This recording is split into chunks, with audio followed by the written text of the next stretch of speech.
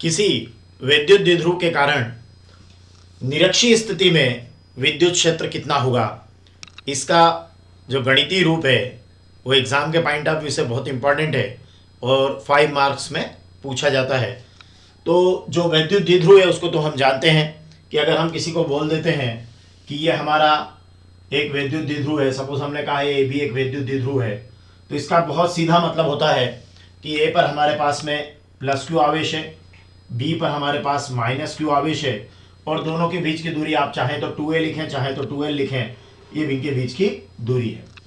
मतलब ये होता है कि जो विद्युत द्विध्रुव होता है, इलेक्ट्रिक डाइपोल होता है, वो एक ऐसा निकाय होता है जिसमें दो तरह के आवेश होते हैं, वो विपरीत होते हैं।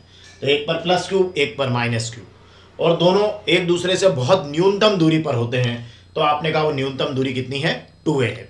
तो ये हमारा ए बी एक विद्युत द्विध्रुव है। तो जब भी आप अक्षीय स्थिति हो चाहे निरक्षीय स्थिति हो, अपनी बात जब आप शुरू करेंगे तब आपको यहीं से शुरुआत करना पड़ेगी कि माना ए बी एक विद्युत द्विध्रुव है। थ्योरी भी मैं बताते जा रहा हूँ, ए पर प्लस क्यू आवेश है, बी पर माइनस क्यू आवेश है और दोनों के बीच की दूरी 2a है। ये अवश्य लिखना चाहिए।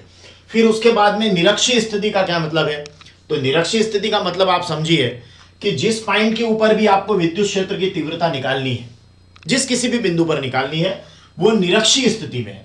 अब निरक्षीय स्थिति का मतलब यह है कि अगर आप इसका अर्धक कर देते हैं, मतलब इस ए बी को आप बीच में से आधा कर दें, तो इधर का हिस्सा आपका हो जाएगा ए और इधर का हिस्सा भी आपका हो जाएगा ए। तो वो जो पॉइंट होगा वो इसके लंबार्धक पर कहीं स्थित होगा। मतलब यहां से अगर आप स्ट्रेट लाइन डाल देंगे तो वो इसके लंबार्धक पर कहीं होगा। मतलब इस तरीके से अगर आपने एक रेखा खींची तो वो पॉइंट आपका यहां कहीं ना कहीं होना चाहिए, जिस पर आपको क्या करना है, विद्युत क्षेत्र की तीव्रता ज्ञात करनी है या विद्युत क्षेत्र ज्ञात करना है। तो निरक्षीय स्थिति का मतलब आप समझे कि निरक्षीय स्थिति का मतलब यह है कि जिस पॉइंट पर भी हमको विद्युत क्षेत्र निकालना है वो इसके लंबार्धक पर स्थित होगा। मतलब ये आपने इसका जो मान लीजिए लंबार्धक है तो इस पर कहीं भी जो पॉइंट होगा वो होगा निरक्षीय स्थिति में। तो जो थ्योरी हो गई वो तो हमारी ये हो गई जो मैंने आपको बताई कि माना ए बी एक विद्युत द्विध्रुव है, ठीक है, ए पर प्लस क्यू आवेश है, बी पर माइनस क्यू आवेश है, दोनों के बीच की दूरी 2a है, ठीक है। तो ये हमारा हो गया विद्युत द्विध्रुव। अब कहा निरक्षीय स्थिति, तो निरक्षीय स्थिति में बता देना कि इसके मध्य बिंदु O से, तो यहां इसका एक मध्य बिंदु आप डिसाइड कर लीजिए, ये इसका मध्य बिंदु O हो गया, आप यहां लिख लीजिएगा इसको। इसके मध्य बिंदु O से r दूरी पर, ये यहां आप डिस्टेंस भी दे दीजिए कि वो कितनी दूरी पर है, वो जिस पॉइंट पर आपको तीव्रता निकालनी है वो कितनी दूरी पर है, तो सपोज वो r दूरी पर है। तो O से r दूरी पर कौन सी स्थिति में, निरक्षीय स्थिति में कोई बिंदु P है और इस बिंदु पर हमको क्या निकालना है, विद्युत क्षेत्र की तीव्रता निकालना है। तो चलिए जो बातें हमने समझ ली अब उसी से हम आगे बढ़ेंगे। अब इस P पर जो विद्युत क्षेत्र की तीव्रता होगी उसको वो दो कारणों से बनेगी, एक A के प्लस क्यू आवेश के कारण P पर तीव्रता बनेगी, एक B के माइनस क्यू आवेश के कारण P पर तीव्रता बनेगी। फिर हम इन दोनों का क्या निकाल लेंगे, P पर जब आप कुल या परिणामी तीव्रता निकालेंगे तो इन दोनों तीव्रताओं को क्या करेंगे, इन दोनों तीव्रताओं को काउंट करेंगे और उससे हमको जो है P पर परिणामी तीव्रता प्राप्त होगी। तो सबसे पहले हमें किसके कारण निकालना चाहिए, हमें निकालना चाहिए A के प्लस क्यू आवेश के कारण P पर तीव्रता। तो आप जो थ्योरी मैंने बताई है वो आपको लिखना है कि ये भी एक विद्युत द्विध्रुव है, A पर प्लस क्यू B पर माइनस क्यू, दोनों के बीच की दूरी 2a और इसके मध्य बिंदु O से r दूरी पर कौन सी स्थिति में, निरक्षीय स्थिति में कोई बिंदु P है और इस P पर हमें विद्युत क्षेत्र की तीव्रता ज्ञात करनी है। तो सबसे पहले आप कहां से शुरू करेंगे कि A के कौन से आवेश के कारण, A पर कौन सा आवेश है, प्लस क्यू, तो A के प्लस क्यू आवेश के कारण P पर विद्युत क्षेत्र की तीव्रता या विद्युत क्षेत्र जो भी लिखना चाहे, विद्युत क्षेत्र भी लिख देंगे तो पर्याप्त होगा और आप विद्युत क्षेत्र की तीव्रता पूरा लिखना चाहें तो भी लिखिए। तो P पर विद्युत क्षेत्र की तीव्रता या विद्युत क्षेत्र, तो A के प्लस क्यू के कारण लिखना है, इसको आप E1 लिख दीजिए। अब विद्युत क्षेत्र की तीव्रता का फार्मूला आपको पता है, वो लिखना है आपको 1/4πε0 K इंटू आवेश कितना है, Q है, और अब इसमें यहां होता है तीव्रता में क्या होता है, दूरी का स्क्वायर होता है। तो यहां आपको दूरी का स्क्वायर करना मतलब A से लेकर P तक की जो दूरी है उसका आप स्क्वायर करेंगे तो ये हो जाएगा AP का स्क्वायर और इसका जो डायरेक्शन होगा वो होगा AP दिशा में। कौन सी दिशा में होगा, AP दिशा में, क्योंकि यहां हम एकांक धनावेश की कल्पना करते हैं तो फिर डायरेक्शन डेफिनेटली ये जो है ये आवेश इससे यहां पर ये इसको क्या करेगा, प्रतिकर्षित करेगा। तो जो डायरेक्शन होगा वो आपका क्या होगा, AP दिशा में हो जाएगा। तो आप इन दोनों को यहां से यहां तक मिला लीजिए, ये हो गया आपका, ठीक है, इसको थोड़ा सा ऐसा कर लेता हूं मैं। तो ये आपका एपी दिशा में हो गया, और ये इसका नाम मैंने क्या दिया, E1 दिया है। तो मैं थोड़ा सा पी को यहां से लिखते हुए यहां लिख लेता हूं मैं पी को, ये पी हो गया मेरा, और ये इसका डायरेक्शन मैंने दे दिया एपी दिशा में। तो ये मेरा हो गया E1, ठीक है, ये हो गया मेरा E1। ओके, तो अब यहां पर ए के प्लस क्यू के कारण जो तीव्रता हुई है E1 आपका, ये इस लाइन को आप सीधे ही मिला लीजिएगा, है ना। मैं थोड़ा सा और चित्र को आपके लिए और थोड़ा स्पष्ट कर दूंगा। अब वैल्यू निकालेंगे आप एपी स्क्वायर की। तो देखिए आप यहां से आपको एपी का स्क्वायर निकालना है, ठीक है, ये पी आपका, ये पी हो रहा, चलिए ठीक है, यहां लिख लेते हैं। तो अब आपको एपी स्क्वायर निकालना है। तो यहां ध्यान से देखिएगा, 1/4 पाई एप्सिलॉन 0 के इंटू क्यू अपान एपी स्क्वायर। अब देखिए, अगर आप एपी स्क्वायर निकालना चाहते हैं तो इस समकोण त्रिभुज को देखिए, एपीओ को देखिए, क्योंकि ये इसके लंबार्धक पर है, मैंने पहले आपसे कहा।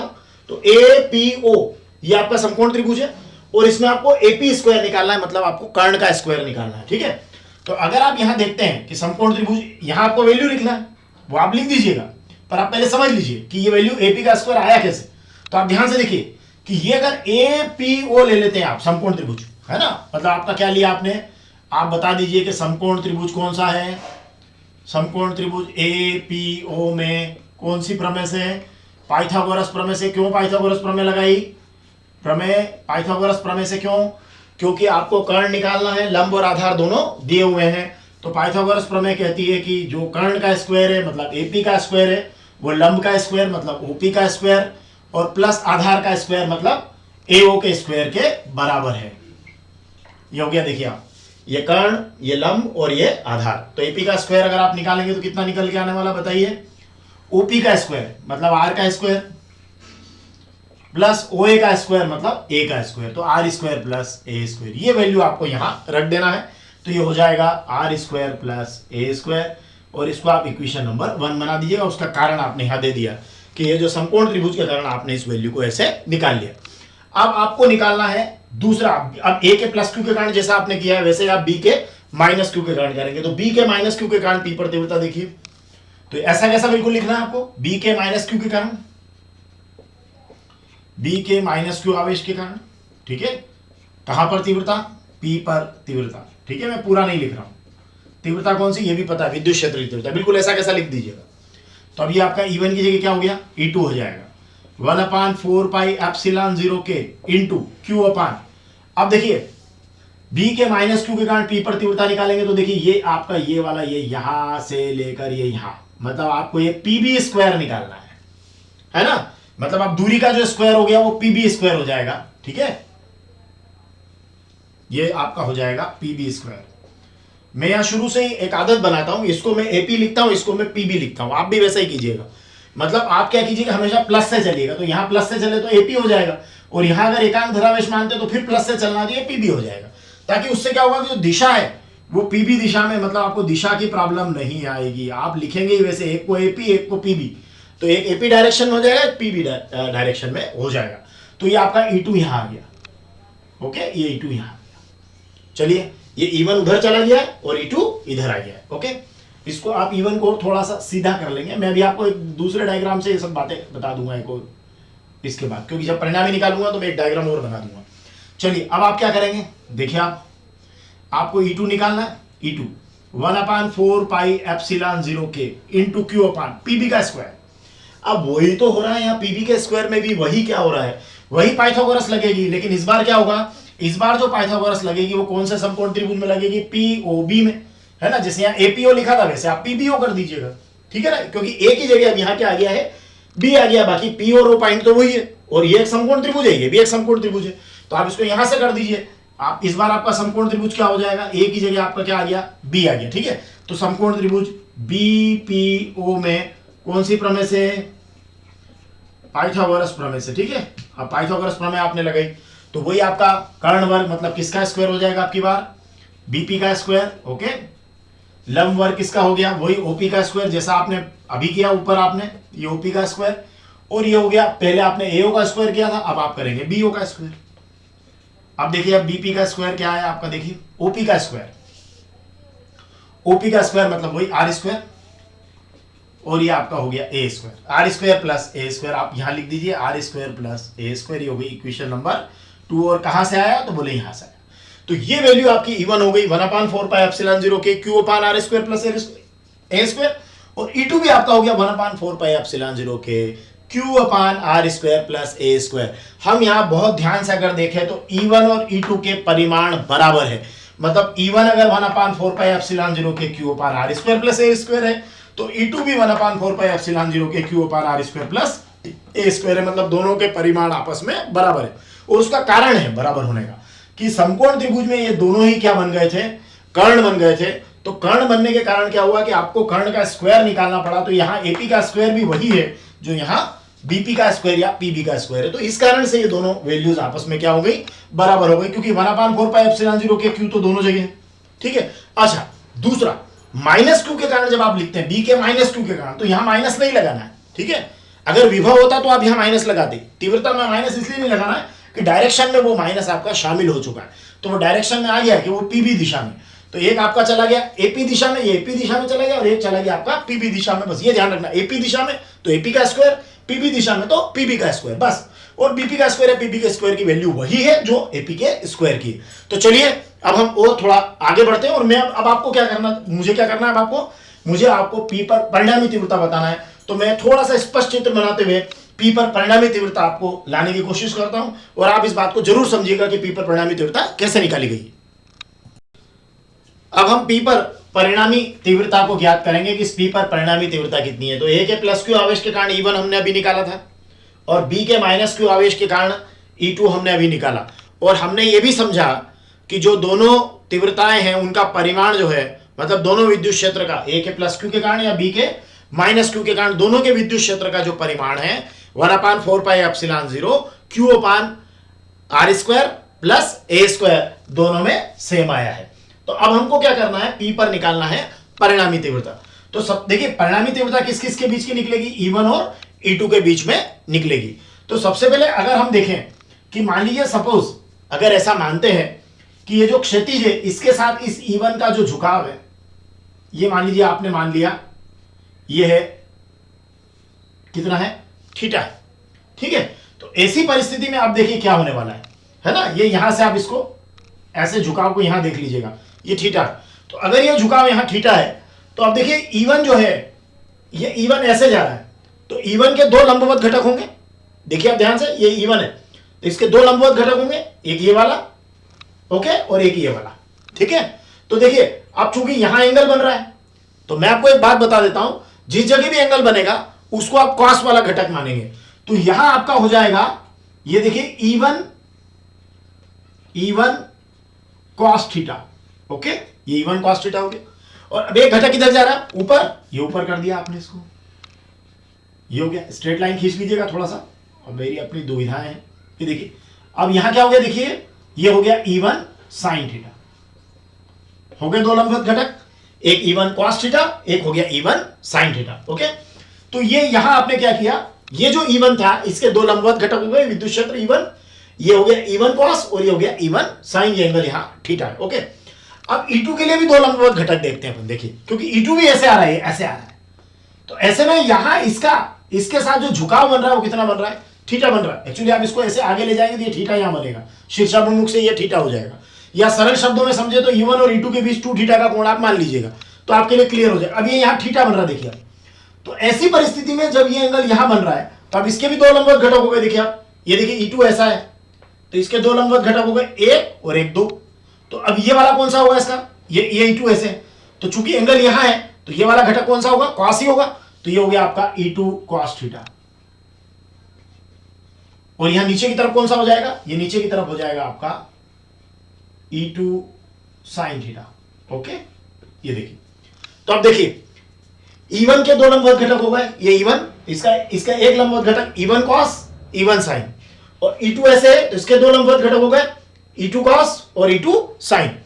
अब हम अगर परिणामी निकालना जा रहे हैं कि P पर परिणामी तीव्रता कितनी होगी, तो आप ध्यान से देखिए कि अगर आप E1 के दो लंबवत घटक देखते हैं, तो E1 के आपके पास दो लंबवत घटक कौन कौन से हैं, E1 के हैं एक E1 cos और एक E1 sin।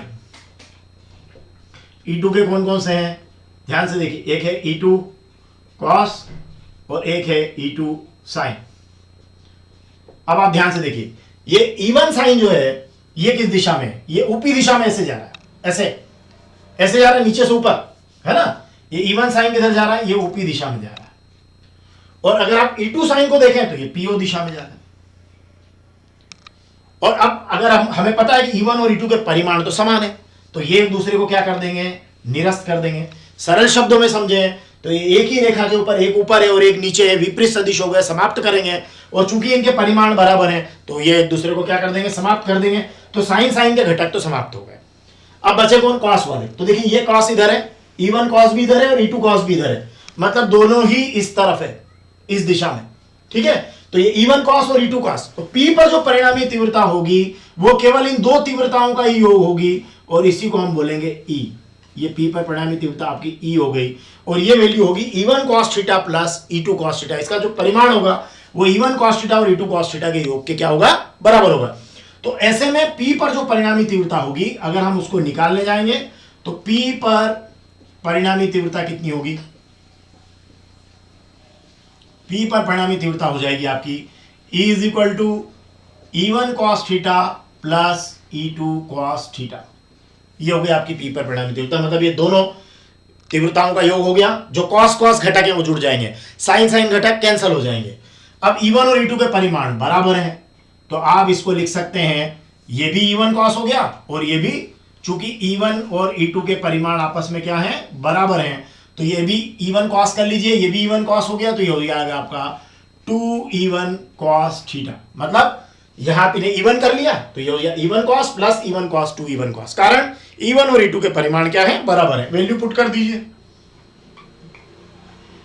2 E1 की वैल्यू 1/4 पाई एप्सिलॉन 0 के into q upon are square plus A square into cos theta.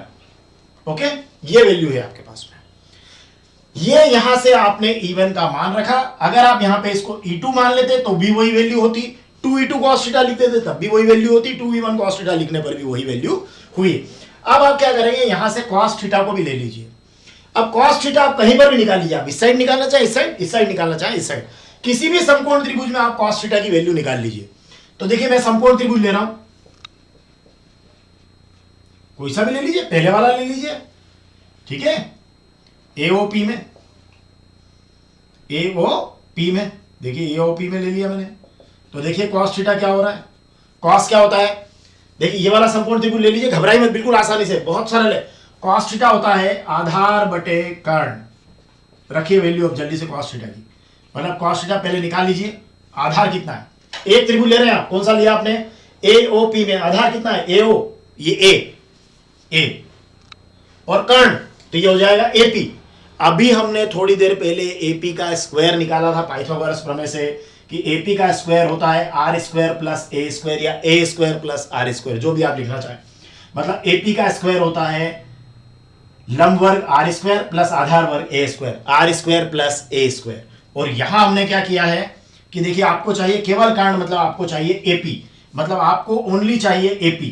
तो आप क्या करेंगे? देखिए, इसको मैं फिर से एक बार आपके लिए परिभाषित कर देता हूं। cos थीटा निकालना है तो ये हो जाएगा आधार बटे कर्ण, तो AO बटे AP, AO बटे AP। अब AO का मान बोलिए, AO का मान है A, AP का मान, तो AP का स्क्वायर निकाल रखा अपन ने, ये AP का स्क्वायर है आर स्क्वायर प्लस ए स्क्वायर। आपको चाहिए AP, तो आप कर दीजिए under root r square plus ए स्क्वायर, या यूं भी कह सकते हैं आर स्क्वायर प्लस ए स्क्वायर की घात 1/2। तो ये आपका cos थीटा आ गया, ये वैल्यू को आप यहां पुट कर दीजिए। तो E का मान आपका कितना आ रहा है? देखिए आप, E बराबर हो जाएगा 2 इंटू 1/4 पाई एप्सिलॉन 0 के into q upon are square plus A square into, और ये cos थीटा की वैल्यू भी रख दीजिए, A upon under root r square plus A square. Okay, ये इतनी सारी वैल्यूज आपकी निकल कर आ गई है। अब आपको कुछ नहीं करना है, सिंपली ये आर स्क्वायर प्लस ए स्क्वायर की एक घात यहां पर है और आधी घात यहां पर है। मतलब आपके पास में है आर स्क्वायर प्लस ए स्क्वायर की घात 1 और आधी, तो 1 में अगर आप आधी जोड़ेंगे तो आपकी कितनी बन जाएगी? आपकी ये बन जाएगी 3/2। तो ऐसे में आपको क्या करना है कि जस्ट सिंपली यहां पर आपको करना, इन दोनों को पहले एक साथ ले लीजिएगा। तो E का आपका मान आ जाएगा 2 इंटू 1/4πε0 के into q into a upon are square plus A square की पावर 3/2।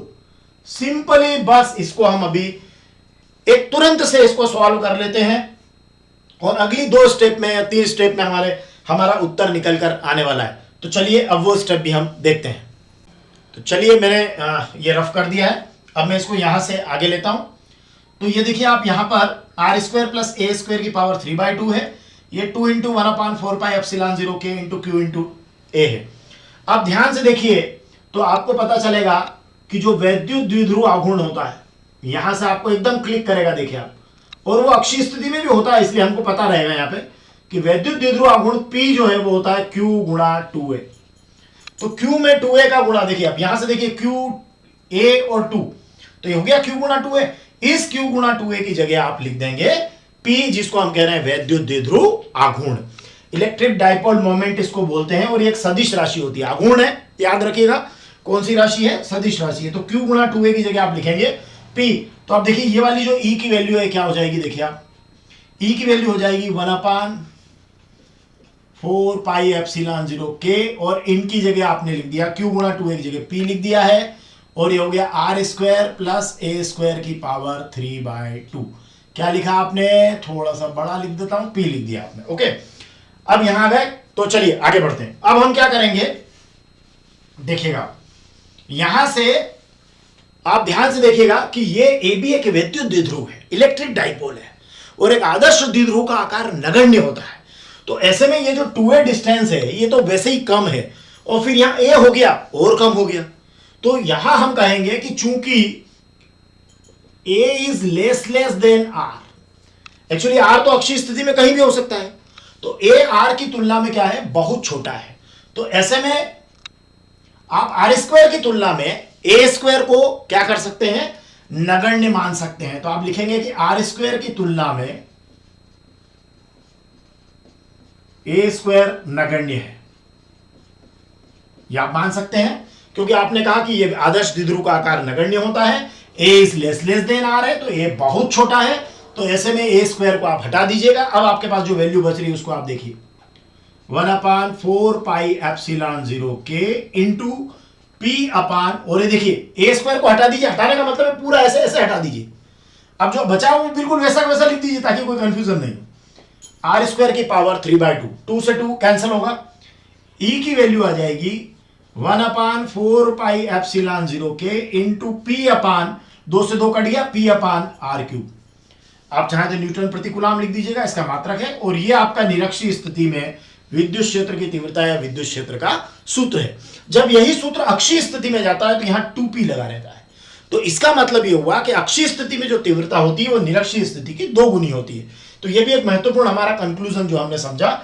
और निरक्षीय स्थिति में जब भी आप तीव्रता निकालें तो आप ध्यान रखिएगा कि E1 और E2 के परिमाण समान आएंगे, लेकिन जब आप E निकालने जाएंगे परिणामी तीव्रता, तो या तो आप उसको 2E1 cos थीटा लिख दीजिएगा, या E1 cos theta plus E2 cos theta लिख दीजिएगा। E1 is equal to E2 परिमाण बराबर रहेंगे, 2E1 cos थीटा आ जाएगा, और E1 का मान रख के फिर cos थीटा को आधार बटे कर्ण से रख दीजिएगा। और फिर उसके बाद 2 स्टेप कीजिएगा, Q गुणा 2A को आपको P लिखना है, और A स्क्वायर को R स्क्वायर की तुलना में नगण्य करके जो है A स्क्वायर को हटाना है, क्योंकि A is less than R होगा। तो इस तरीके से आप विद्युत द्विध्रुव को निरक्षीय स्थिति में उसकी तीव्रता को देख सकते हैं। वीडियो के हमने एक सजेशन के अंदर जो है अक्षीय स्थिति को भी आपको दिया है, और पूरी यूनिट को भी हमने लास्ट में सजेशन में दिया है। तो आप चाहें तो वहां से पूरी यूनिट के क्वेश्चन आंसर को भी देख सकते हैं। धन्यवाद।